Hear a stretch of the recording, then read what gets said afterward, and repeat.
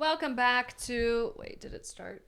Welcome back to Unperfect with Alexi. This is the perfect place for unperfect people. And today we have a very special guest. We have Miss Kennedy here. Hello. She is another fellow Acne sister. We met on a brand trip for the Acne line that we both worked with. And we just fell in love at first sight. It really was love at first sight. I knew when I saw her, I was like, I feel safe now.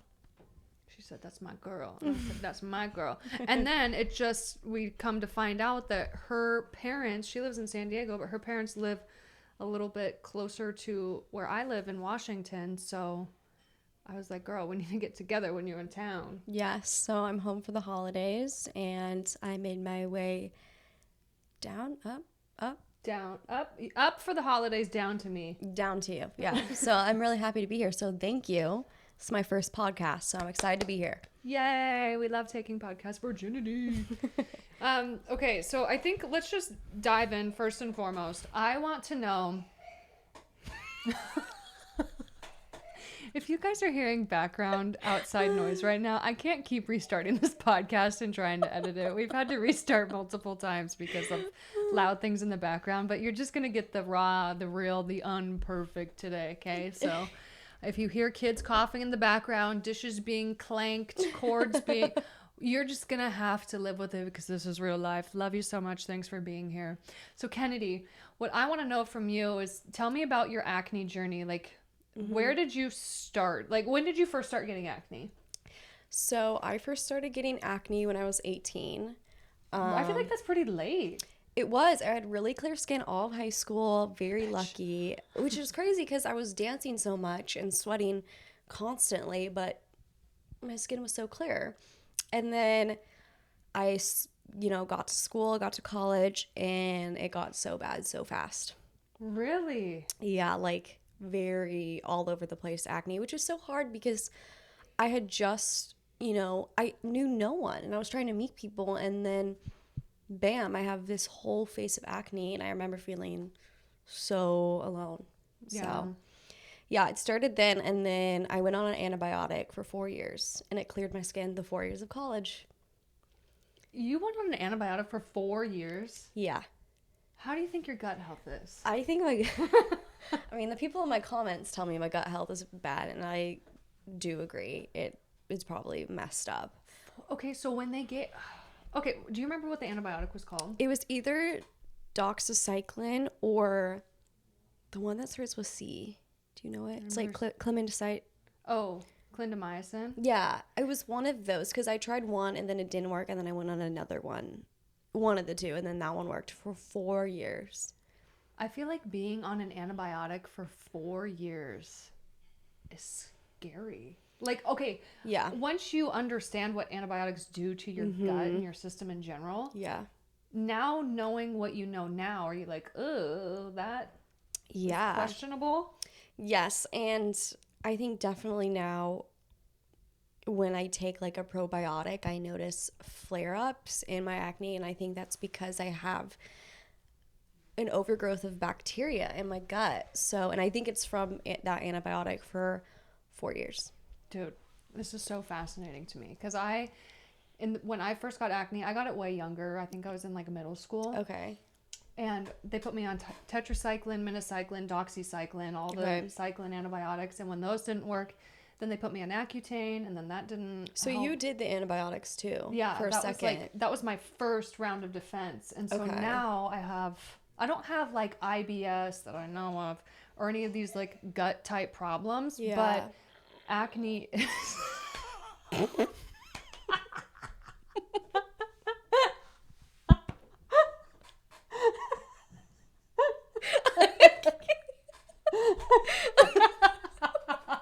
I really hope the mic picked that up. That's literally, guys, I was trying to hold in a burp, but it I didn't want to like burp. So I'm like, held on, it's like, it's like in her throat. It's like, I can't burp on this podcast. It's so unladylike. Whatever, it came better out than in, I would say. Oh my gosh, that is so funny. That's a first for unperfect. This is the raw, the real, and the unfiltered. Hey. Well, she did actually have a filtered burp. That's what that sounds like. Whoopsie. What was I saying?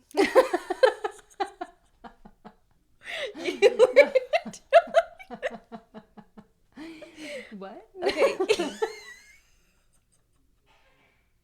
That was perfect. Oh, I love that so much. Okay, I think you were talking about antibiotics you had tried. Yeah. I feel like they always, like, that's their first line of defense is they put you on these antibiotics. Yes. But they don't, like, okay, the thing that kind of bothers me as an adult, like, when I was younger, I didn't think about any of this. I didn't think through it. I was just going through the motions. My mom wanted to help me. She took me to the dermatologist. And granted, these people have gone to school for a really long time. We feel like we trust them and they know what's best for us.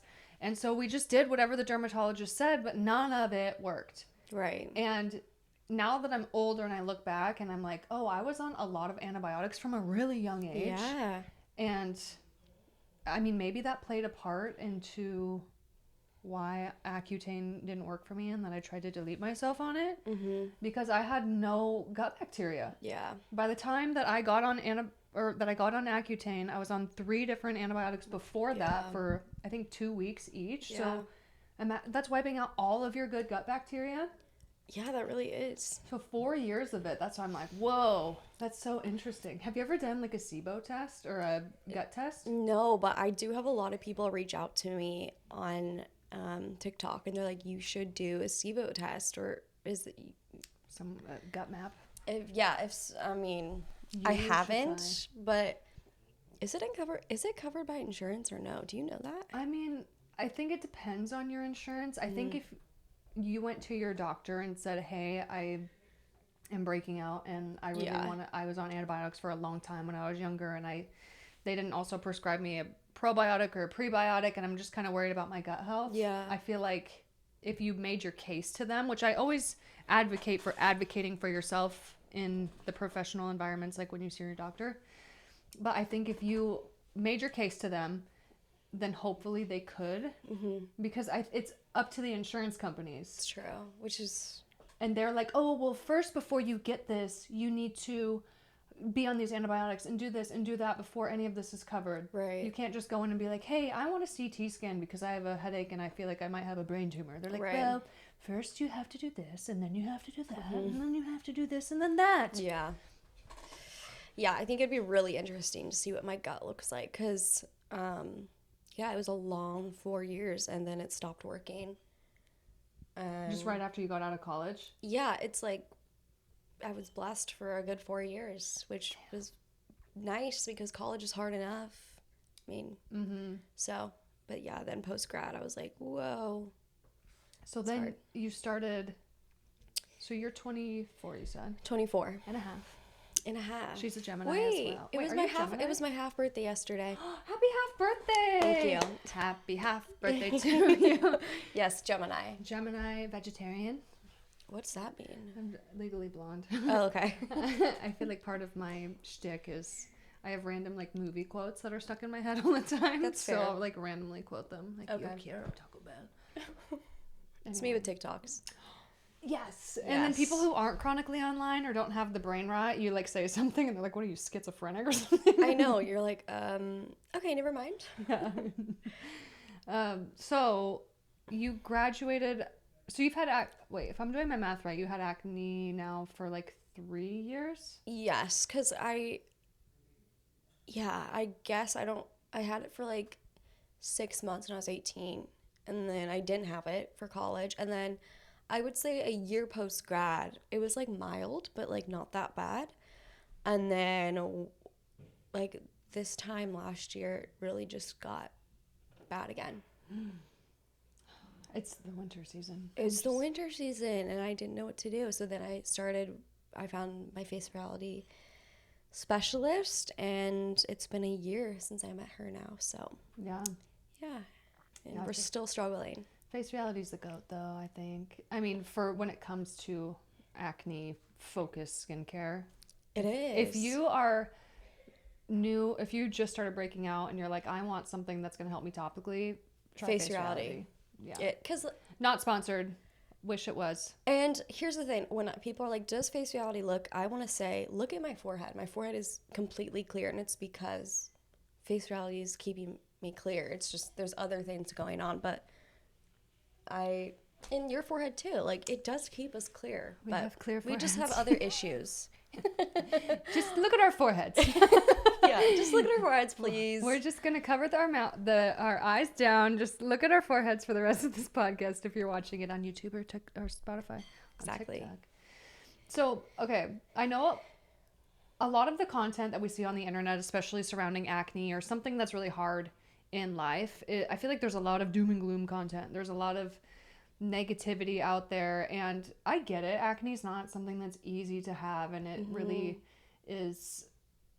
I mean, it's challenging. Like, cysts are painful. Being the only person, I don't know, do you ever feel like this? Like, when you're out with a group of your friends, and do you feel like you're constantly looking at people's skin? Yeah, honestly, even when I'm, like, back home, I'm looking at my brother's skin, and I'm like, how do you have clear skin? You know, I'm always comparing, which is so hard, and I don't want to feel that way. But, yeah, and all my friends have clear skin, I feel like. Hope that gulp.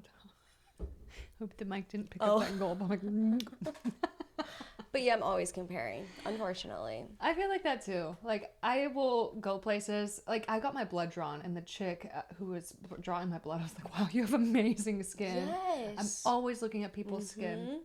And I feel like it really draws us into that comparison trap. And Ken and I were talking on the way to record this podcast. We went out to lunch before this, but I was talking to her about how I feel like when you have acne, you have that extra layer of like, you almost have to like try harder to look cute. And that this is maybe just in my mindset. But I was talking to her about how I've been like debating on getting lip filler, and I'm like, but do I actually even want it, or is it more just because everybody else has lip filler and it's just kind of like what's in style right now? Right.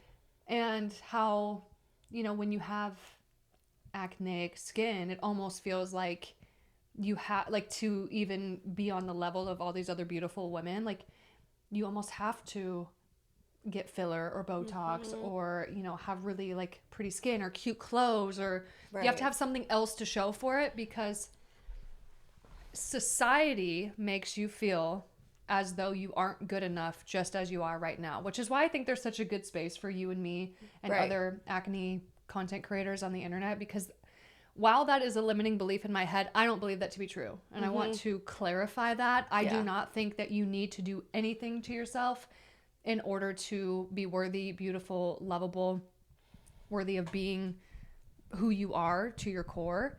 You don't have to have any of the extra maternal material. You don't have to be a mother to be loved. You don't have to have anything else. You can be exactly who you are right now and be worthy. But I do feel that those thoughts of like you just compare yourself naturally, and it's hard because acne adds that extra layer. So the to round out where I even started with this, I'm wondering for you, what's the worst thing about having acne in your opinion? Yeah. But also, what's the best thing that's come from having acne? Right. I think the worst thing is the mental toll it takes to go through it, and especially when you first start getting acne, because you don't know what's going on. And I remember just feeling so hopeless and really low and isolated, as we all acne people get. So I think that was the hardest. I also think today, like as a single 24-year-old girl trying to like date people, I'm constantly worried about what boys will think of my skin. And I feel like that is actually like really prevalent in my life right now, because I do like go on dates, and you know, that's a part of my life right now. And I think that is actually a really big struggle that I'm dealing with. Well, let's talk about it. Let's talk about dating and acne. I know it's not what they see, because usually when I go on a date, I do wear makeup. But, I mean, you can still see it. And I know a good boy will look past that. But a lot of them aren't good. There's a lot of bad boys. What you gonna do? Also, when you give someone your number, do you ever like scroll on TikTok and it's like from your contacts. You'll like Yes. see it. That is where I think I'm having issues because I give a guy my number and I'm scared they're on TikTok and then they're scrolling and my video comes up and it says from your contacts, Kennedy, and they're like, what is her page? Just give them your WhatsApp. You don't get my number until it's official. You gotta be on my WhatsApp. And then I'm scared they see my page and I'm obviously so vulnerable on that. I'm like, you know, tears, I'm not wearing any makeup and I'm scared they see that and they're like, I have the ick or something. That's fair. Has any guy said anything to you in real life, in person, about your acne? I've had a guy say a good thing about it. I was out at a bar and this was like a friend. Future boyfriend. No, he was a friend and I remember feeling really insecure that night and he told me the more that I cover up and feel insecure as a friend, the less attractive that is. He was like, you need to own it and be confident in who you are because now I notice it because you look insecure. And I was like, whoa, okay. That's a pro tip. Like 2 a.m. at the bar, like we're getting... As I've been mindlessly scratching my zits. Yeah. It's getting a little dark and late. And like as a friend, it was really good to hear from a guy's perspective. Feeling insecure and showing that insecurity is like, you know, I'm being closed off and I'm having closed off energy. It's not attractive. And now they notice it. But if you just own it and feel confident, like I should have, he would have never probably noticed it. I love that. Yeah, so that was a good thing. That's a good tip in general. If you're struggling with acne, just taking what Ken's friend said to her, her guy friend, and like holding on to that. Like, I think one of my biggest acne tips or like being confident with acne is own it before it owns you. And I think that's just the perfect example of that, of if you let it own you and you're out and you're like just like kind of covering and being like, oh my God, what are people thinking of my skin and my face? And that's going to translate more than if you have acne, no makeup on, and you walk into the club smiling, looking around, being like, hey, I'm confident. Yeah. Because that's when people are going to see past it. But if you make acne your entire personality, which I do on the internet, but you know. I do too. But like confidently, Yes. right? And also we're not in person, like in the real world, we're not being like, look at my skin, you know? Yeah. I'm sorry, sir. Did you see my zit? Did my zit make you uncomfortable? What about you? sir? Did you have acne when you met your husband, your now husband? I feel like, okay, so it was in my year 2014 when I graduated. My skin was really clear that year. Okay. I don't know why, because, well, maybe it's because I was working out and I was eating healthy and, Right. but I still do that. But maybe it was just the way that my hormones were changing, like as an 18-year-old. Yeah. I don't know. But I feel like after we started dating, then it started like becoming more prevalent. Because I always kind of got like the cyst here and there. Yeah. And I remember one time thinking like, oh, I'm so lucky I never get acne on my cheeks. Well, We jinxed it. I tried not to say that out loud either, and I did. There's one other thing I've never said out loud, and I won't say it because I don't want to jinx it. Involving driving. Involving, not revolving. Okay. Yeah, that's fair. Don't say it. I won't, because I don't want it to happen. But, yeah, I feel like my acne went in such waves. Like, I remember right before we got married, I think it was like a week before our wedding, or maybe like just right before, I had a really bad cyst that I went to the dermatologist and got a Kenalog injection, like a cortisone injection. yeah. Have you ever done that? No, I haven't. Dude, if you can, like if you have a really bad cyst that you just want to be broken up, go to the dermatologist Really? and have them put a little Kenalog injection. But I think the hardest part is getting in to the dermatologist. Right. Because their wait list is forever. Insane. But if you're like, I have like a big fat cyst and you can get in, just have them put a little cortisone shot in there and it takes that puppy away. Does it hurt though? I mean, a little bit, but it clears it up within like days. So you had clear skin for your wedding? No. But you would never tell because the photographer we had, she photoshopped all Well, all you my looked so imperfections. beautiful that from the pictures that I've been seeing that acne is not Thank even a you. thing. You know, what's really weird though is a part of me wishes that I had, like, in everything that I'm doing right now on social media and the acne positivity movement, the skin positivity, and like loving yourself despite. I wish I did have some pictures from my wedding day where you could see A what my little skin bit. texture looked like. Because that's the real. Like, It's true. you know, when you go on social media and you see people's perfectly curated feeds and their blurred faces, and Yeah. it's sometimes it's almost hard to tell that they even did any type of editing on their content. Right. And so it sets this unrealistic precedent of like, oh, well, I must be the outlier. I must be the only one in the world who has acne. I know. And that's what we were talking about earlier is you said 90% of the world has. 90% of human beings experience acne at some point in their life. And I just think most people cover it. And Alex Earle shared her whole acne story. And I thought that was so cool because it's common. Even your favorite influencers have it. And a lot of them don't show that part of themselves, which is totally okay. But I do think it's important to know a lot of people do have it and a lot of people just don't show it. That's true. And there's so many good makeup techniques these days. Yes. Where people can contour and, I mean, essentially look like they don't have acne at all. But that's why I think the work that we do on social media is so important and it's so needed. Right. And okay, have you felt like this? I feel like I was having this conversation with my sister and I was like, something about acne specifically, it's like it's fair game for people to bully you about acne. But you can't, if you said the same type of thing but replaced it with weight or eczema or psoriasis or, you know, a snaggletooth or a disability or autoimmune condition or something like that, it's off limits. But for some reason, acne is the thing that people still can bully you about and it's okay. Why is that? I don't know why. That pisses me off so much. Get on my high horse. Now that you say that out loud, though, it's so true. And I'm trying to figure out why it would be that way, but right? I don't know. Right? It's so bizarre.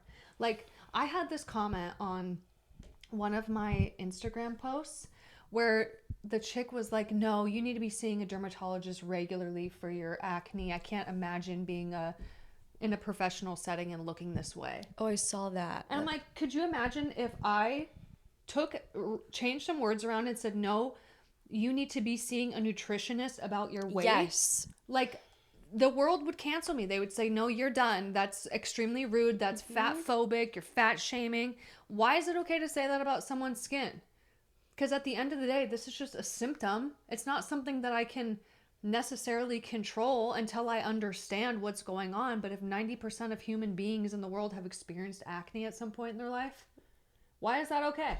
I know, and the people that say it, like say those comments, I'm almost like, you've had a pimple too.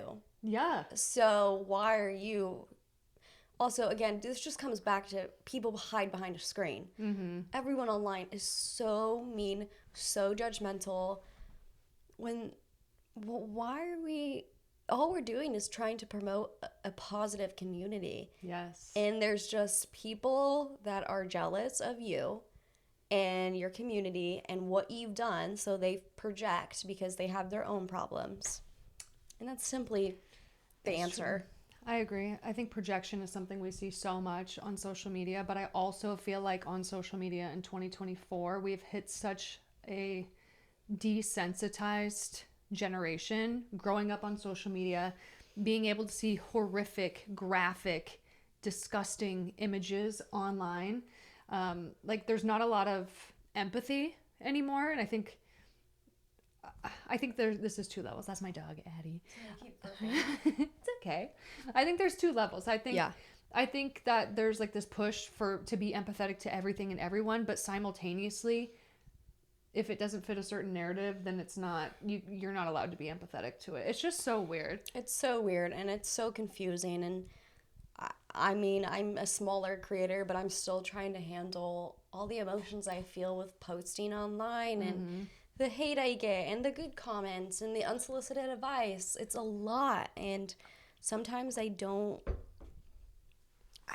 internet is just a wild place, honestly. It's literally the Wild West.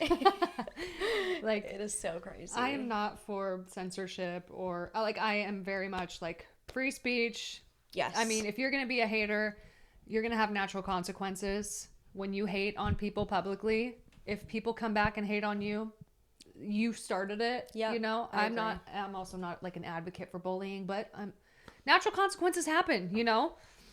I know. I had that happen in my comments the other day. This chick was talking about my I said I had like a weird reaction. Like, I can't watch my blood being taken out of my body. It just gives me a weird like ugh. Yes. And she was like, I don't know why you're trying to act all unique with having an adverse reaction to blood collection when you literally have a face full of pus and da-da-da, and that's more gross. And I'm like, can you comment down my TikTok? Because I'm trying to do like a new hate comment series on TikTok. And then, you know, she just kept going. So then people started like engaging. Well, yeah, they were like, oh, you're gross and da-da-da. And then some people took it a little too far, and she had an Israel flag in her profile. And so it's tough. There was some stuff with that conflict going on. And so then she comes to me and she was like, why are you allowing anti-Semitism on your page? I'm like, okay, I don't condone anti-Semitism, nor do I condone bullying people based on having acne. Yeah. Well, and people like kept saying stuff about her specifically too. Like, there was a few people who were saying stuff about the flag, but right. For the most part, it was like people coming at her, and then she was like wanting me to defend her. I'm like, girl, no, like literally no. Sorry, you were being hateful, like. And that's your natural consequence. Yes. People, and I'll like respond to a hate comment in a video, and then they're like, why do you respond to hate comments? Like, just ignore them. But it's fun. It's fun. 2, karma. Yeah. Like, you comment you're going to put yourself out there. I'll put you right back out there. Like, yeah. It's just the way it is. Yeah. That's so interesting. Let's talk about that for a second. Yeah. I feel like creators, we are put on this pedestal where we have to always take the higher road and never respond to hate and just let essentially people say whatever, and we just have to be quiet or else we look bad. I'm like, sometimes rage bait's fun. It's so fun. I'm not gonna lie, it's one of the best parts. I think that motivates me. You hate on me, I'm motivated to do even more. I love that because there's so many people who would get a hate comment and be like, I'm done. Like, I'm deleting my account. Right. I'm never going to post again. But the fact that you take a hate comment and you're like, oh, let's just add that log to my fire and fuel it and be better. That's cool. Yeah, and it's not like I'm hating back on them because, like, we don't promote hate or, like, bullying. But I'm not going to let you sit here behind a screen and tell me I'm ugly when I won't deal with it. So say more and I'll post more about it. And it just fires me up in a good way. Yeah. I think there's like, that's the point. Like, you don't meet hate with hate. You're like, I'm either going to educate you or I'm going to call this out to my community to show that bullying still very much exists for people who experience acne. I'm going to, educate you a little bit. Did I already say that? Sometimes things we don't have to respond to anything, but I think if a creator responds to hate, then let them. Like, why should we be the ones that have to sit around and let people shit all over us just because we have a platform? Well, if you want to comment hate, then you have to be okay with people responding to that hate. Yeah, it's true. One thing I learned really early in TikTok, because I blew up I got 200,000 followers in 48 hours. Whoa. When I first blew up. After you say your point, I need to know what video you posted that, I need to hear about that because I didn't know it happened that quickly for you. Yes. What was my point? Where was I going with that? Oh, shoot. I'm sorry. One thing I realized really quickly is that your audience is going to go to bat for you. Because there are good people. There are people who are like, no, that's not okay. And so this is the message to all the haters. If you're going to comment hate, you can expect to get retaliation. Let me say that again a little bit more clearly. if you're going to hate on people publicly, you can expect to get retaliation. So maybe, I don't know if your mom ever taught you this. If she didn't, I'm going to take a little mommy or auntie, whatever you want to call me moment right here, and let you know that if you don't have anything nice to say, don't say it at all. Keep scrolling. Because once you put yourself out there like that, you're subject to it. And I understand as a creator, I'm subject to it too. But when you put yourself out there, you're subject to it as well. So, fair game. Don't dish it if you can't take it. Ooh, if you can't take the heat, get out the kitchen. Ooh. So, did you ever see that video of me crying? I was talking about my skin. That video. Oh my gosh. So, I think what happened was I was using Face Reality before that. Oh, okay. And then that was when skin cycling. I don't remember if you remember that fad, but that was like a huge thing. What is skin cycling? It's when you use an active, a retinol. You like cycle through different days of the week doing things on your skin. Oh gosh, okay. So I was like, okay, I'm going to try that, and my skin did really well. Well, I also took one of those little like dirty dermaplaner one-use things you get at Target for your peach fuzz, and I didn't know that they were one use because I don't usually read instructions.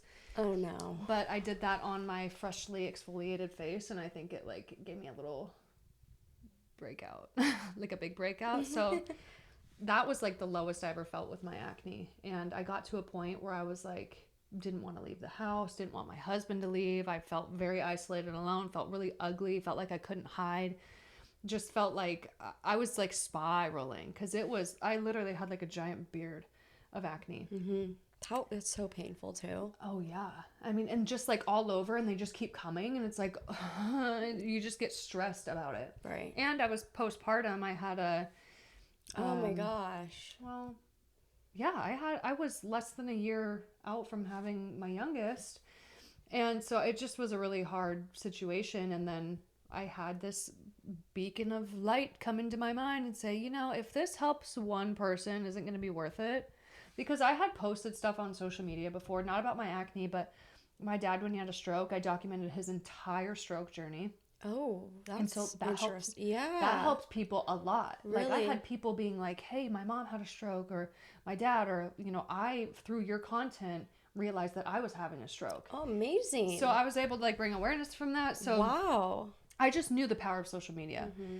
And when I had this one moment, I was like, if this helps one person, it's worth it. So I'm just going to be honest about what's going on here. And so it was one of those pieces of content that you record and you feel like ashamed about it.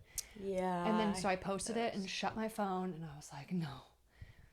Literally within 48 hours getting 200,000 followers. That's insane. I had so much PR sent to me. I didn't even know what to do with it. Like, I had to go get a PO box because I had so many things coming in at once. I was like, if you want to send me anything. But that was kind of overwhelming in itself because I didn't know how to handle that at that time, because I had everybody saying, you need to try this, you need to do that. And there was so much pressure between like, you need to do the Dial soap, you need to do Head and Shoulders, you need to try this product, or here this product line, or do this. Right. And I was really very much my people pleaser at that point too. And I was like trying to try it all, and I felt bad because people were giving me free products. So I was like, okay, I want to try this, and I want to try this. Yeah. Thank you for sending that to me, for thinking of me, wanting to help. That's so overwhelming, but also such a beautiful thing. I think when I was driving down here, we have to have suffering in order to experience joy. And like, True. There's always a silver lining, and I think having acne sucks, but then again, we're helping so many people, and with that, we're also gaining confidence in ourselves that probably we would have not had if it weren't for this journey. And so I was just kind of thinking of that silver lining and how this was meant to happen. And that's the positive of acne. That's the positive that comes out of it, is learning how to love yourself and find beauty that's not just skin deep. Yeah, exactly. Ooh, and that's hard to find in the world these days, in a very vain world. I know. And I still have days. Like, I still have days where I look at myself and I am so frustrated and I'm crying on the floor. We all have those moments. But then I have days where I'm like, I feel so good and confident despite my acne, and Just ebbs and flows. Let's be real. Kennedy's hot. Look at her. Well, is. thank you. I wish the boys thought that as well. They do. They're afraid of you. The dating game is bad. Gosh, honestly, I'm so thankful I got married when I did because I could not imagine being in the dating world. No offense, it just seems like overwhelming. One of my influencer friends, she's like famous for her dating. Really? Yeah, but she gets like, people are so mean to her about dating. They're like, oh, you're just faking these dates. And I'm like, what are you guys doing? Like, she's the nicest person ever. And she's just like sweet and she's genuine and you can tell. And so people always are going to have something to say. But I know. When it comes to dating with acne, I feel like the right person it's not even going to be an issue for them. Yeah, I know. It's not an issue unless you make it an issue. That's true. And I know, like, it's God's plan. He is a person for me, whatever. But the waiting game and, shuffling through those people to find my person is so hard. San Diego was named number 7 worst cities to date in the country. 1? Seattle? I think it was actually New York. Oh, I could see that. Or LA. I don't know. I could see that. But I was like, yeah, San Diego is tough. But there's someone out there for me. That's true. And you just got to hold on to that. Maybe I've already met him. I don't know. Ooh, I love that perspective. Maybe you already met him and he's just like marinating right now. Exactly. Like maybe I had met him and because I hear stories of like we met 2 years ago, but then, the timing wasn't right and we came. I don't know. Who knows? I love that. Okay, so I have a question about something we talked about when we were driving back. Oh, we went out yes. to lunch before this. So Ken had told me that she had struggled a little bit with orthorexic tendencies, orthorexia. Do you know how to describe that better than I do? What orthorexia is? I think just restrictive eating is the best way I would put it. Yeah. I think that's a good way to I put think it. that's the best because it wasn't like a full. I didn't have like a full eating disorder, but I don't know. It's like it's obsessive about. Yes. Like you're putting really, really strict boundaries and guidelines on what you can have, and if you break those, then it's like, oh, I feel like shit. I'm a piece of shit. This is horrible. I feel so much shame because I told myself I wouldn't have dairy and I had a glass of milk. Yeah. Or I had some creamer in my coffee and now I ruined everything and I'm just going to go into this deep spiraling depression about it. Right. And it's like tomorrow I'll do better. The next day I'll do better. But then if things keep happening or I don't know, it's just so hard. So yeah, when it comes to, I'm trying to eat cleaner just for energy wise and protein, and to just see if that makes a difference with my skin. But then it's hard to navigate. Okay, I want to eat clean, but also I don't want to be too restrictive, so I like go back. It's so hard to find that balance for sure. That's true. I felt that. I relate to that. I talked about in the last episode of this podcast how growing up there was a lot of dieting books in the bathroom. And so I would see, I would see my mom taking like an HCG shot or doing this diet or having Freedom Fridays. And, it was very restrictive and it didn't help me with like a good relationship with food, especially growing up now. And like, I've done like water fasting. Like I think water fasting, if you are having something like going on, I think it's really good to like take a day where you just let your body digest and like clean out toxins instead of putting food in your... You just drink water for the day? Or bone broth. But... Whoa, okay. I've done that multiple times where I go on like a few day bone broth only fast. What? But I realized that kicks me into those orthorexic tendencies Oh. so bad. But my skin does wonderful with them. But then I just get so like hard on myself with it. So I'm interested, where do you think those tendencies stemmed from with you? Yeah, I think being a ballet dancer, I loved dance. Dance was my whole life, but I remember specifically my hardest ballet teacher. And mind you, I was 85 pounds in high school. I was very tiny. She's... Not even I just was so tall, and I remember, or not tall, I was very short and skinny, but my dance teacher patted my tummy and she was like, "You had a huge lunch today, didn't you?" Oh my gosh. And at the time, I also was like the tiniest I'd ever been. And I was like, what is going on? Like, wait, what do you mean? So I think it stems from that. And I've grown up naturally just a little bit more petite. I was very petite in high school. So when I started to go to college and, I gained the freshman 15, like that happened to me. I think seeing those drastic weight changes really makes me, that moment when you look in the mirror and you're like, oh, that's new. Or like, Well, when did that get there? yeah, like, oh, my arm is now 3 times the size that it was like 6 months ago. Yeah. And I've recently just had that experience again. Like I gained some weight in college, and then I feel like when I hit 24, for some reason, the food just started catching up with me a little bit. And I noticed it. And then my grandpa also called me fat. Grandpa, come on. And I kind of fell back into that this past summer. Restrictive eating, working out a lot, trying to navigate that. And I feel like finally now I'm starting to get back on the track, but it's really hard still. Mm-hmm. So I think it kind of stems from dance and just life. It all plays a part. Yeah, it does. It's like the root of where it comes from. And it's so interesting how the root of something, like an issue, a problem, a mindset, a personality, whatever, wherever it stems from, the root ball, it can just grow. Yeah. And as you go on in life, you start to realize like what your triggers are with it. Yes. But you have to be triggered in order to know what your triggers are. Ah. Ooh. That's really good. You're never going to change unless you know. I know. Yeah, I think people pointing out, I hate that I've had experiences where people point out extra weight on me, but I think those are my triggers. Mm-hmm. I don't know what else could. Well, because that makes sense. Yeah. If that was the first thing, your dance teacher patted on your belly and said, you've eaten a big lunch. Of course, when people down the line point out a shift in your body in any way, it's going to bring you right back to how you felt as that little girl. Exactly. And I think it was 16, like when she said that. It was insane. And I danced like 6 hours every day. Like It was very intense. That's crazy. Yeah, it was a lot. She's a dancer. Yes, I miss it a lot, but. Well, she's a dance teacher now, if you know anybody.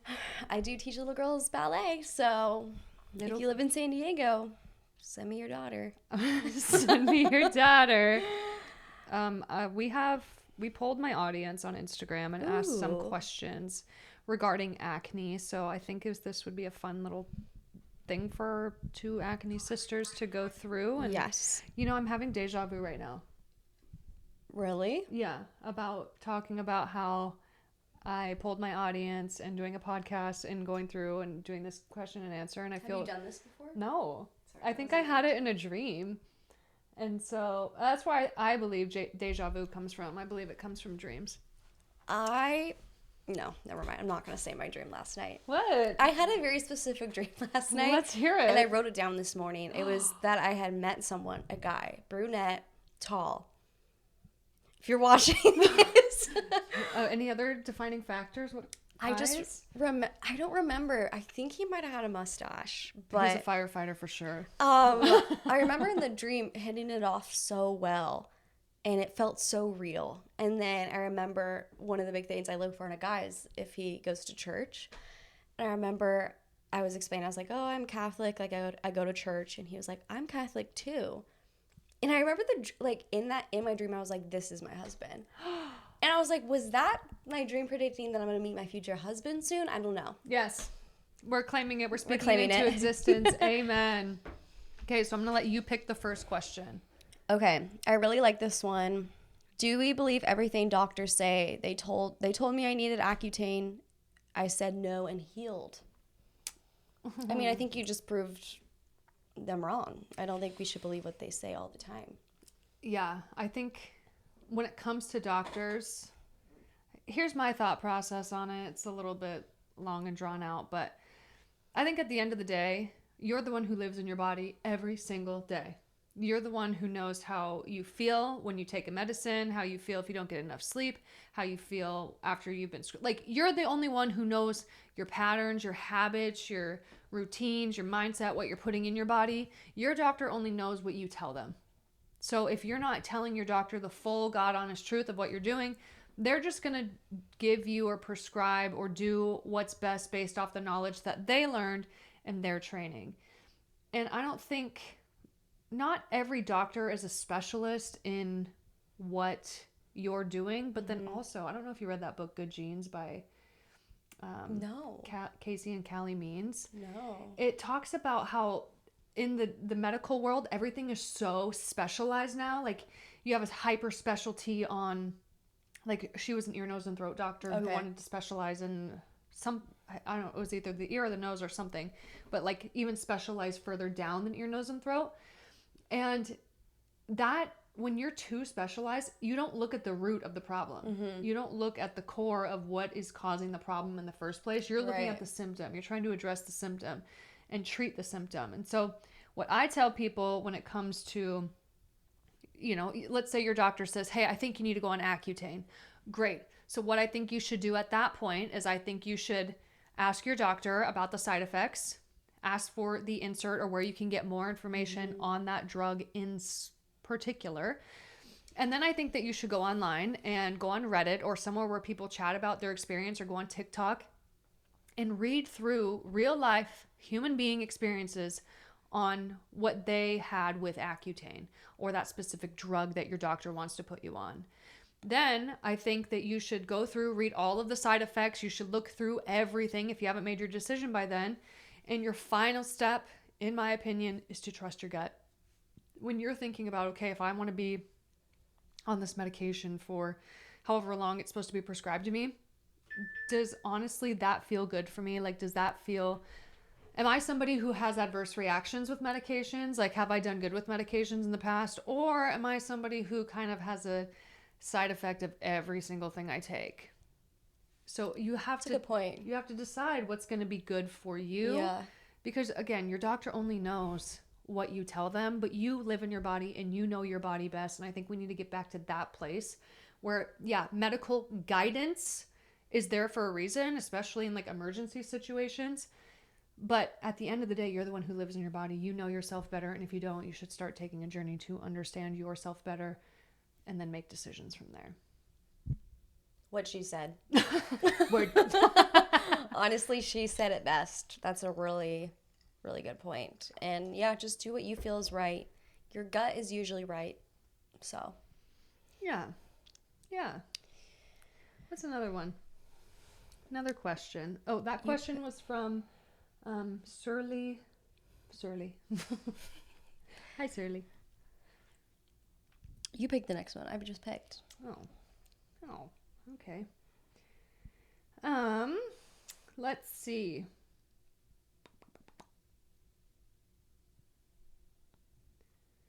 Okay. Thoughts on makeup. Does it make us more ashamed / insecure? This question is from S. Lusk. I love makeup. I think makeup, honestly, I mean, I've gone to a place where I do feel good going out without makeup. And then when I do wear makeup, I feel, you know, just 10 times better. I think if you have the right makeup, it doesn't hurt you. If you have makeup that's acne safe, which there are lots out there, it's okay to wear it. And if you are feeling really down and that helps you get out the door in the morning, wear it. Amen. If you want to try not wearing it for a day, don't. You know, if you can't leave the house because you don't have it, I think it's okay to wear it. You want to feel confident. Life is too short to not leave the house. So if it helps you, get out there, do it. Who the hell is texting me? Your thoughts? I agree. I don't think that makeup is what makes us ashamed or insecure. I think it's our mindset that makes us ashamed and insecure. And I think it's how we look at things. And if we're like, oh, me putting on makeup equals me being ashamed or insecure about myself. That's the wrong mindset. Makeup can accentuate your features. Makeup can, like Ken said, make you feel confident enough to leave the house if you're having a day where your mental health is really low. I think makeup serves a purpose, and makeup's fun to do. Like, I remember back in the era of, what was it, like 2013, 2014, when people like James Charles, Jeffree Star, Tati, yes. Jaclyn Hill, like all of these makeup art, they were doing all these fun things and doing different creative eyes, and like makeup can be so much fun. I don't think putting makeup on equates to you being insecure or ashamed of yourself. I think it can be something that's fun, something that gets you moving, something that makes you feel put together and feel good about yourself. And I think you should do what makes you feel good about yourself, because acne can easily tear you down if you let it. So again, own it before it owns you. Boom. Yeah, I think that's sums it up. Yeah. All right, we're going to let Ken pick the next question.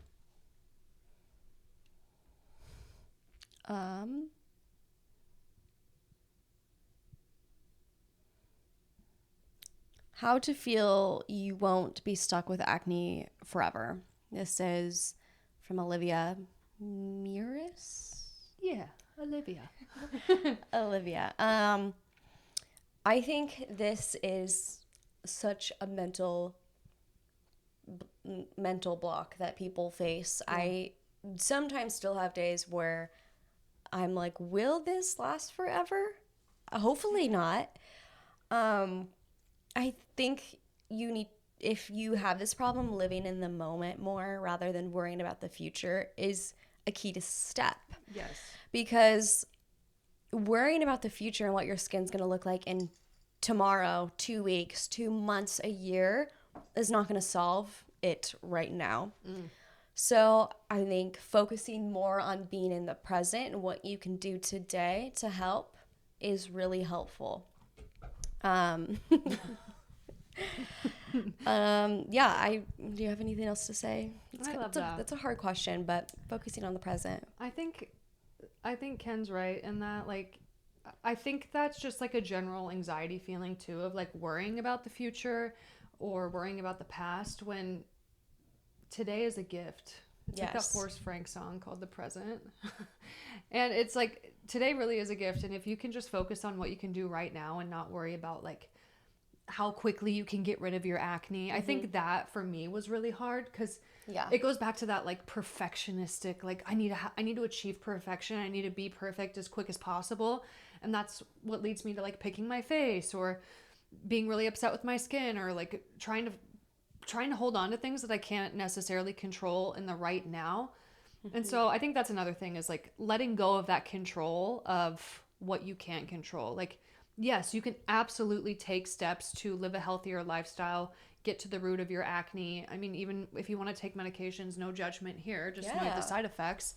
But it's not going to be an overnight, right this second process. You have to understand that acne, especially, is something that you're going to have to learn to accept and love yourself regardless of it, while simultaneously taking steps to improve your life and improve your skin and get to a point where you're just okay with whatever the ebbs and flows are. Not saying you're not going to have days where you're like, this freaking sucks. Like I'm kind of in that right now. Like I was so good with my skin for a while, and now I have multiple cysts on my face, and this one over here, if you're watching the video, on my left side of my face, it hurts, and it's not fun, but I know that it's all temporary. And I think if you can just hold on to that hope of like, I can't control this right now, but it will go away. Nobody has acne forever. Like, you don't have the same zit for more than 2 months. Yeah.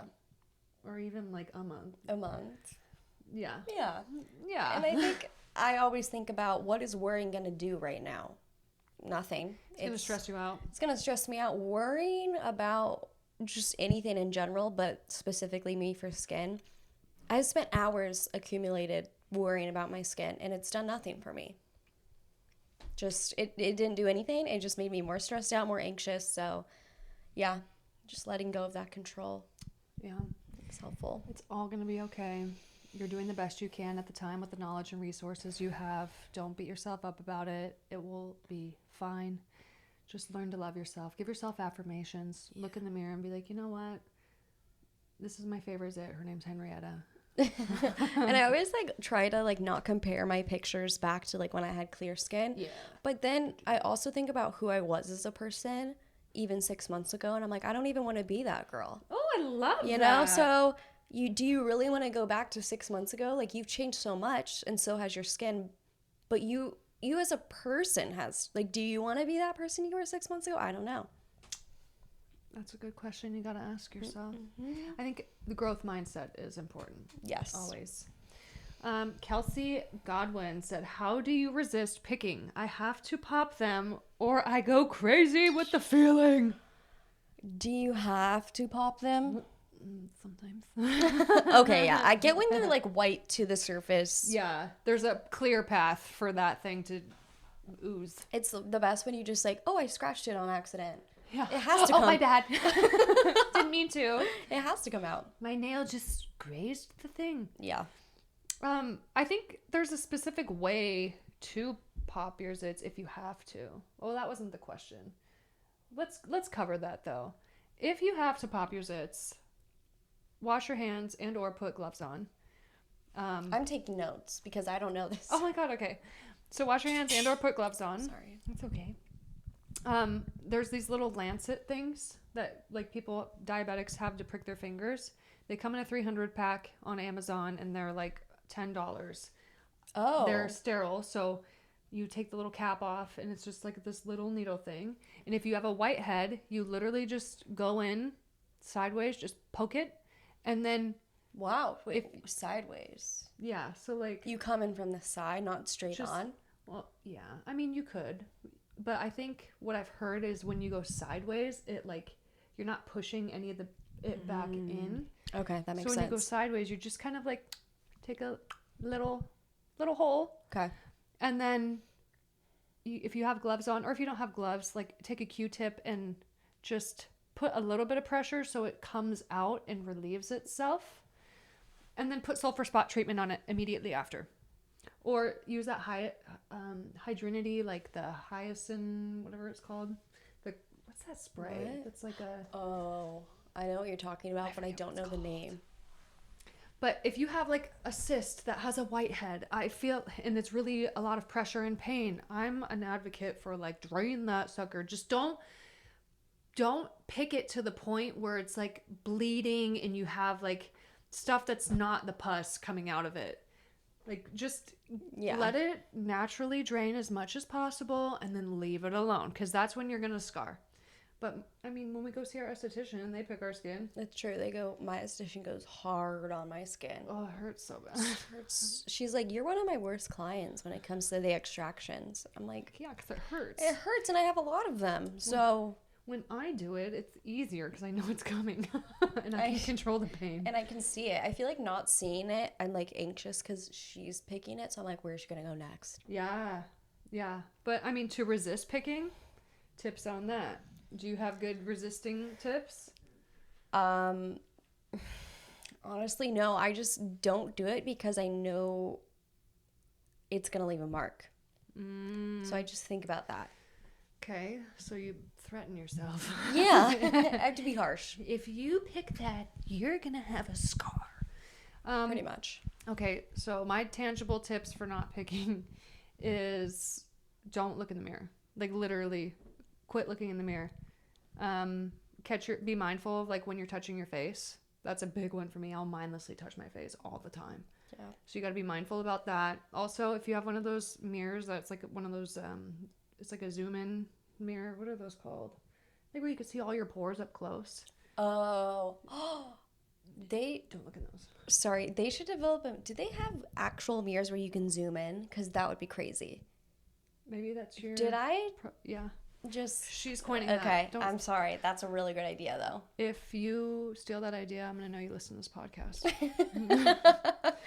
And Kennedy's gonna come after you with a cease and desist. Exactly.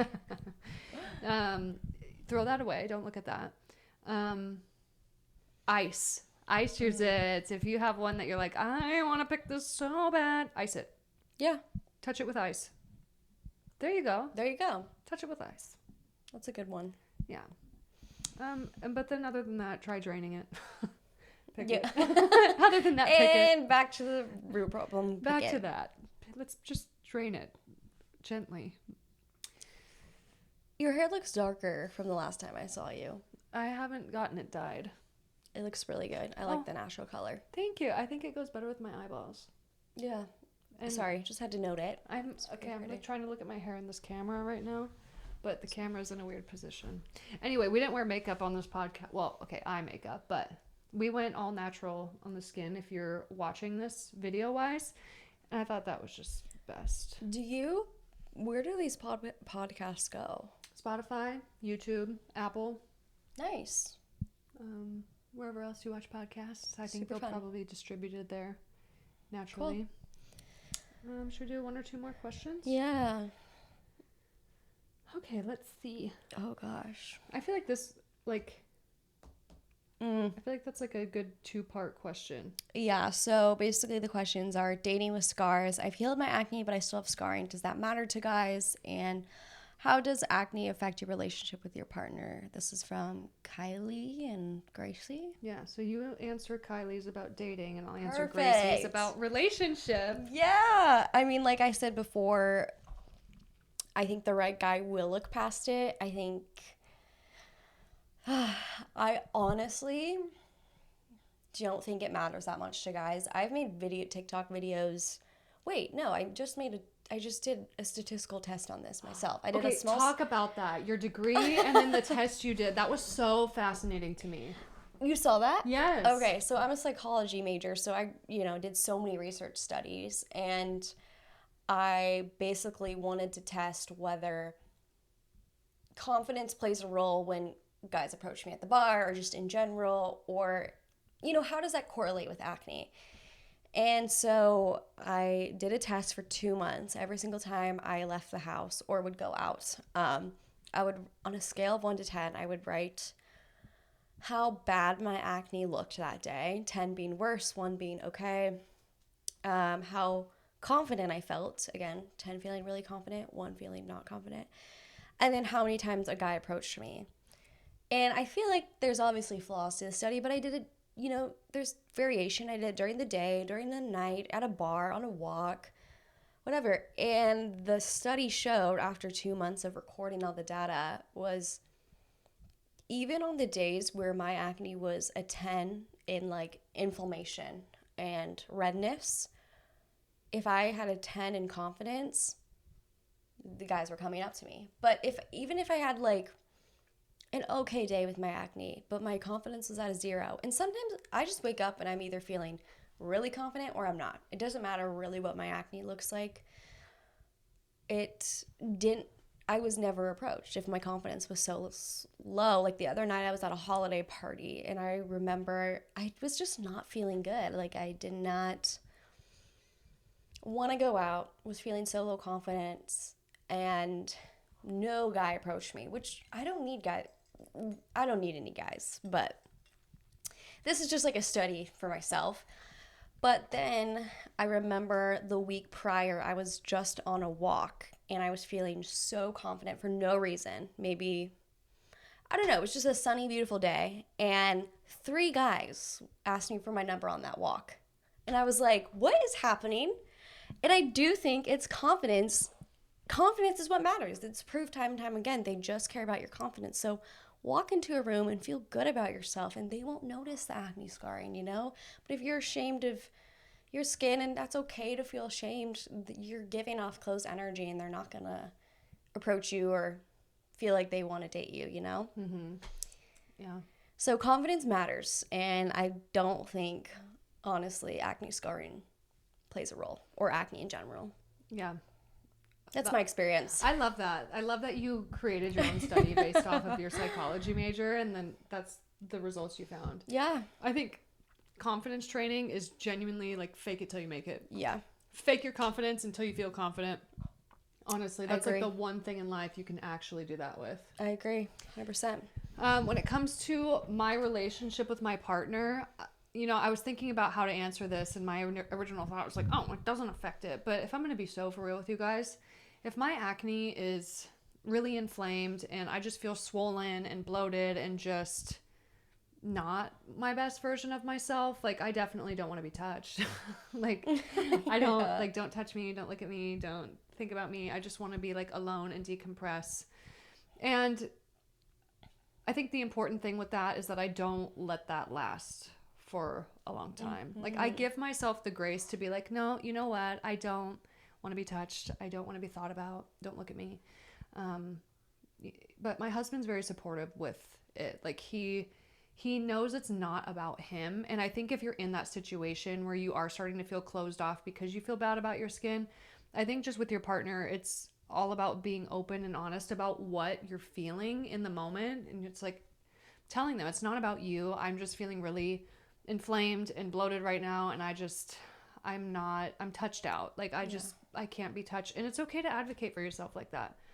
But if this is a period of like 2 weeks, 3 weeks, 4 weeks, it might be good to try something new for your skin, for your mental health, for your sanity, because we know that the definition of insanity is changing nothing and continuing to do the same thing and expecting a different result.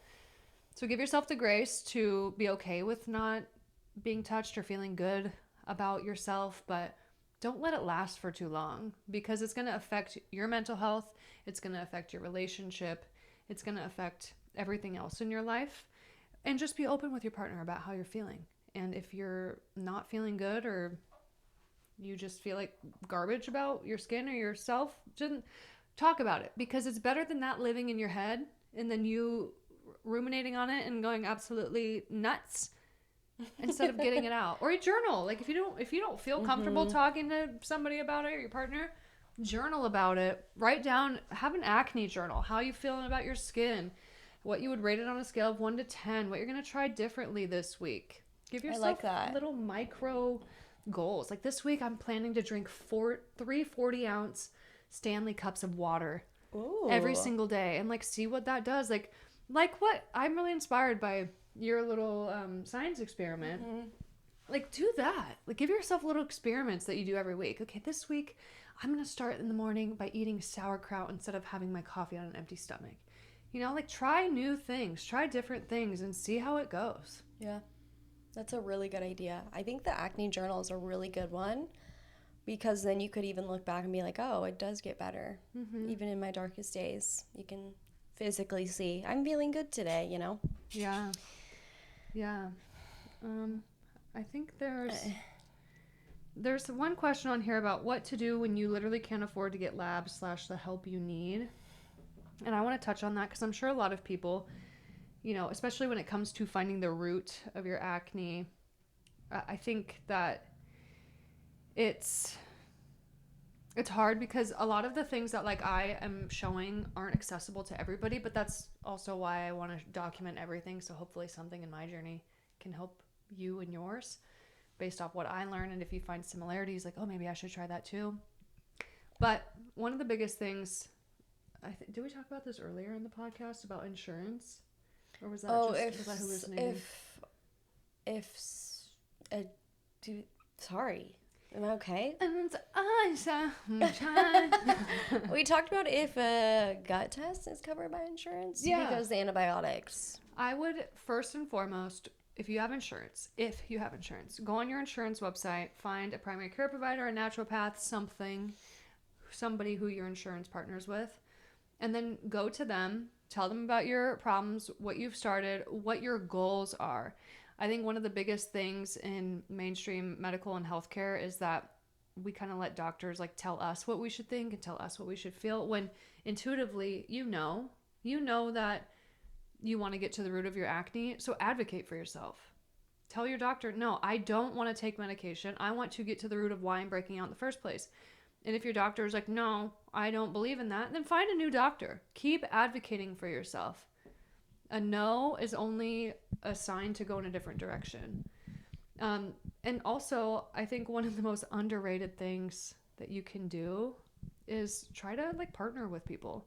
Like, if you are somebody who's like, oh my gosh, I really want to work with this nutritionist, but I don't have the money to do it. What if you could say, hey, nutritionist, I'd love to create user-generated content for you. Oh, I like that. And what could we do some type of partnership with that? Or, could I pick up a door dashing gig a few nights a week to do it? Like, yeah, there's so many different things that you can do to reach your goals. I think you just have to be creative. Like, if your insurance won't cover it and you don't have the funds to do it. Yeah. I like those are all really good ideas. That's pretty much all I would have said. There was one on here about how do you start getting to the root of, where do I start with getting to the root of my acne? I think that's I feel like blood work. Yeah. I don't know. You're more in your gut inner health journey than I am. I think blood work is good to know what is going on. But then when we're talking about like the gut health, I think the gut test tells you why it's going on. Oh. But again, if you don't have the resources, then I think the first thing you should do is drink more water. Really? Does it actually help? Yeah. Because, think about it like this. If you are eating all this food all day, okay, right? And your body is, let's say you have acne, obviously, and your liver's feeling a little bit sluggish and it's not really able to process. And then that's all sitting there. So your body's like working overtime to try to like process and send this nutrient here and this there and absorb this and push that out and pee this out. And true. Water just helps flush everything. It helps. Okay. It's like when your toilet's clogged and you don't have the Drano. But, okay. Right? I get it now. So, I know that's like such a cliche thing, but literally, water's free. Drink more water. Also, Is it free? Because my bill is very high. Go to the local park and get some water. I'm on a well, so yeah, my water's free. Oh, you have a well. So, sorry. Some water may not be free, but there are free resources. Yeah. Like your local jail, I bet they have a water fountain. But also go on walks. Walking is really good to like shake out anything. Like it really gets your body moving, especially after you have like a heavy meal. When you're walking, it kind of kickstarts the process of digesting and getting your body to, again, send that nutrient where it needs to go, push that thing out, send that to pee. Like your body is just a whole working, moving process. Also, first thing in the morning, instead of looking at your phone, get some natural sunlight. That's true. That's a good one. If you have it. I know in Washington, the sun doesn't rise till 8, but don't look at your phone until after you see brightness in the day. That's free. Oh, I love that. That's a good idea. Yeah, looking at your phone drains your energy so much. Literally. First thing. Oh, also sleep. Sleep is something that is so underrated. Like I know we all hear you need it. This all sounds very cliche, but I'm trying to give you like the purpose behind all of this. When you sleep, your body repairs itself. So when you give your body that time to literally rest and digest, your body's gonna again do all of those functions that it needs to do to make you feel better. Hopefully the next day you wake up and take your morning crap and get rid of your toxins. But sleep, it repairs, it makes you mentally stronger. I mean, think about, okay, you know why people get tortured by lack of sleep? It's because it makes you literally go insane. So think about that. That's true. There was some, I don't even know where I'm going with that. I'm just trying to give you guys free ways to be better with getting to the root of your issues without like, if you don't have the funds to go try to figure it out. I think it's just like making little lifestyle swaps that make a big impact, but also may alleviate some symptoms. I love that. I hate the whole like wellness culture industry where it's like, you need to buy this supplement in order to clear your skin. No, that's just... Might as well be a pharmaceutical product. Yeah. I think God created our bodies perfectly. I think there are genetics and lifestyle factors, and there are things that can affect them. But I think that we have it in us already to heal. I think our bodies are meant to heal themselves, are meant to repair themselves. I don't think that we are just these broken individuals who have to rely on external products in order to function properly. They do help. There is a place. I'm not anti-medicine, but I'm more like, let's get to the bottom of it. Let's get to the root and figure out why this is happening. Yeah, I went to the dermatologist a few weeks ago, actually, just to, why not? And she was like, Accutane, Inspiro, Lactoro, whatever.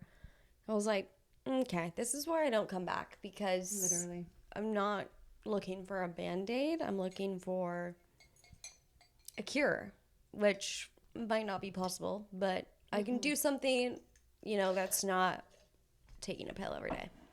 Listen, I think that's bullshit. I think, okay, one of the things that this is my hot take. Okay. My unpopular opinion. I'm going to ask you your hot take next. Okay. Hot take next, and that will be the round out of this podcast. Perfect. But one of my hot takes is I hate when people say acne can't be cured. Because I think with it being a symptom of something that's going on in your body, I think it's about getting to the root. I will not ever subscribe to that like narrative where people are like, oh, you're just a victim of your genetics. Yeah. I think genetics play a role. Right. I think you can exacerbate issues. Again, like if you're not doing things if you don't have a healthy lifestyle, and let's say like one thing I heard in my family was like obesity runs in the family, mental illness runs in the family. Of course, if I'm sitting on my butt for 15 hours a day, eating junk food, not moving my body, looking at my phone for 16 plus hours a day, of course I'm going to gain weight and be unhealthy. But if I go the other way and think, ooh, I know that this is an issue that my family has dealt with, is, having some extra weight, I'm going to try everything I can to make sure I'm walking, make sure I'm getting enough sleep, make sure I'm getting enough water, make sure that I'm doing the things that my body needs to be optimal. Yeah. Same thing with mental health. I heard that my entire freaking life. Mental illness runs in the family. So yeah, if I wasn't sleeping very well, and I think I could go clinically insane, or I was like doing drugs, or like there's things that you can do to exacerbate issues. I do think that trauma and whatnot plays a role, but that's why I go to therapy. I go to therapy and I tried my best to like journal out my problems and forgive myself and heal from things that could exacerbate those issues. But that's my hot take, is like, I think that no matter what the hard shit in your life is, I think that you are a capable human being who can heal. I think that you can do better than who came before you. I think you can do better than what came before you. I think that you could take the pain and everything that you have been through and everything negative that you've experienced and find a silver lining and a positive and help somebody else by your testimony and your journey. And I will not subscribe to that mindset, especially with acne, that it's just something that you're genetically fucked with and you can't do anything with. I think that it's a symptom. I think that there's a root to it. I think that your body is literally sending a red flag to you and saying, hello, something is going on in here. And that's where we need to dig deeper instead of just putting a Band-Aid of a pharmaceutical product or a topical on it. I think they can help. I think they have their place. But I also think, for example, if I were to just take Accutane for my acne, but still have PCOS, PCOS is a direct indicator to diabetes in the future. So if I take Accutane to get rid of the symptom of acne, well, I shouldn't be surprised if in 30 years I don't change anything and I develop diabetes. Yeah. That is beautifully said. Someone's going to hate me for that, but... I mean, she's not wrong, so... What's your hot take? Oh, gosh. That's a good question. I think probably also kind of going on to that Accutane is the only answer. Oh, I hate that. Because I get that comment every single day. Go on Accutane. Accutane's the only thing that saved me. Accutane's the only thing that saved me. And I just want to be like, maybe that was your last resort and maybe you're feeling terrible, but that is not the solution. Like, maybe that's the solution for you and that's cool, but that's not going to be my solution for me. And I think people just push Accutane, like we talked about this, and it's a harsh drug. And I just don't agree with it. I saw my brother go on it, and he became very depressed. And I hear so many stories about it, and that's my hot take. Like, no, Accutane's not for everyone, so don't push it on everyone. It's not the only thing that works. True. Because most of the time it doesn't work. It comes back. Yeah, because you're not solving the root of the issue. Exactly. You don't know what the issue is. Some people, my mom took Accutane, and it was one of those things that, like, completely cleared her forever. But then I took Accutane, and it didn't work for me. And I think we need to respect people's bio-individual journeys, because every body is different. Mm-hmm. Not everybody, every body. Get it? Got it? Good. Yeah. I know. And people are just so quick to just push that. And I don't know. I just don't agree with it. Have you ever gotten the Accutane or you're going to scar? Yes. Like they're threatening you with your own scars? Mm-hmm. Yes. I'm just like, what does that have to do with you? Yeah. What is going on here? Yeah. That's probably my hot take. Yeah. I'm so happy that you came on the podcast. I mean, we covered so much, like, I know, picking, Accutane, scarring, getting to the root, dating, orthorexia, dating, like so many things. And I'm just so grateful that you came on and that I was able to be your first ever podcast that you were on. And I just wish you so much success and thank you, good cheers and good fortune in the future. And stop, you just have such a great demeanor, personality. You're just an amazing person. Oh, I'm so happy we met. I know. I'm so happy we met too. I mean, thank you for having me here. I'm so happy I was able to come down, and you inspire me, honestly. She's awesome, right? And yeah, I hope your journey. What else? Is and your hair's perfect, and your outfit's cute, and she's a great mom. What else? Just kidding. Seeing you as a mom today was really cool. Really? Yes, I want to be a mom so bad. You're gonna be the best mom. Thank you. But she's a nanny. I am a nanny. But it was really special. I was so glad I was able to see that side of her life, because to me, whenever I meet someone, I'm at the stage of life where they're all just, no one's a mom really yet. Music on my mind, think about you on the We're up, late at night, but it was really cool to see that today. So just thanks for having me. And absolutely. Yeah. Come back anytime. I will. I'll probably be back in the summer. Let's do a part 2. If you guys have any follow-up questions, please drop them below or send me a DM. Make sure to follow Kennedy on TikTok. Can you give them your @ Kennedy Faris, at Kennedy Faris. I don't post on Instagram because I'm terrified, but maybe. You guys send her some peer pressure mail. Get her on Instagram. She needs to be on the gram. I think that would be fun. I think I should eventually start doing that. Because what are you going to do if TikTok actually does go away? Stay tuned. Okay, I have one last question that came to my mind, and because this episode is dropping right before Christmas, what advice do you have for people, and then we're going to end this, I promise. What advice do you have for somebody who is struggling with acne right now and is going around their grandma and grandpa and whoever, and they make comments about their acne around this holiday season? What advice do you have for them? I think don't let them bring you down, even though I know that's so generic, and me saying that might not help, but really, people are so caught up in their own appearance and what they look like that you just have to realize there's so much more to you than just your acne. Like, you have beautiful hair, or you have beautiful eyes, or an outfit, or there's just so much. And I mean, family is really tough because they critique you. They really look at you. But in general, think about all the people you pass on the daily. They're not going to look at your acne. And so I think, family is really hard. And they're sometimes brutally honest. But I think knowing your worth and who you are on the inside will shine brighter than what's on the outside. And what makes you beautiful is not, you're not defined by some dots on your face, Your beauty is everything else but that. Yeah. Grandma, is that what makes me beautiful? Does it take away from my beauty, Grandma? Grandparents are so... Literally. I can't with them, honestly. I think I think grandparents are the worst when it comes to acne. I think so too. Love grandparents, but they are the ones who are the most brutal with their comment. Maybe it's them on the TikToks. And I was gonna say, like, honestly, true. I feel like it's because they had their own issues, and like when my grandpa called me fat, he's been overweight his whole life. It's projection. It's projection. Grandpa's projecting on you. Yeah.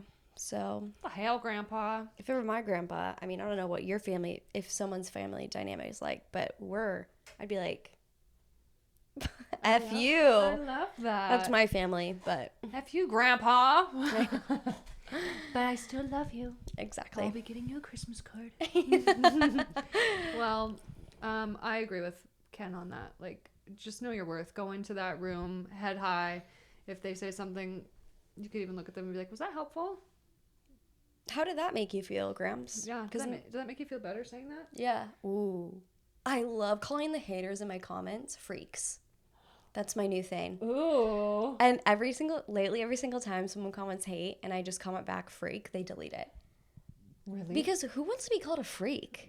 Like Freak-a-League. Like Petey Pablo.